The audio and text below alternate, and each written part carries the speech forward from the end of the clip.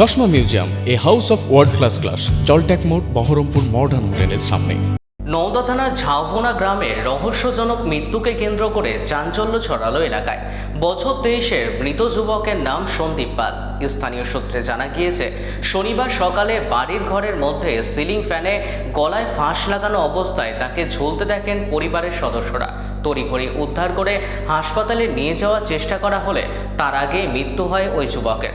ঘটনার খবর পেয়ে নওদা থানার পুলিশ ঘটনাস্থলে পৌঁছে মৃতদেহ উদ্ধার করে ময়না তদন্তের জন্য মুর্শিদাবাদ মেডিকেল কলেজ ও হাসপাতালের মর্গে পাঠায়। কী কারণে এই আত্মহত্যার সিদ্ধান্ত তা এখনও স্পষ্ট নয়।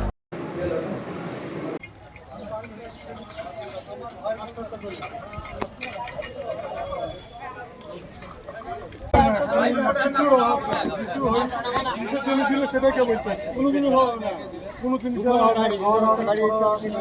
বাড়ির সঙ্গে রাত্রে খাওয়া দাওয়া বলতে হয়েছিল বলতে তো সেরকম কিছু। সকালবেলা উঠে দেখছি ঘর খুলছে, ঘর খুলছে না, যে ঘর দরজা ভেঙে দেখছি তো এরকম অবস্থা ঝুলছিল ফ্যানের সঙ্গে। না না, কোনো কোনো অশান্তি নেই, কোনো ঝামেলা নেই, কোনো কিছু নেই।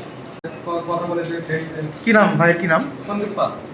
করতে বলতে আমার বাবার রেস্টুরেন্টে ব্যবসা আছে, ওর বাবার সঙ্গে হেল্প করতো বাবাকে, আর এমনি একটা এনজিও কাজ করতো, ওটা ছেড়ে দিয়েছে।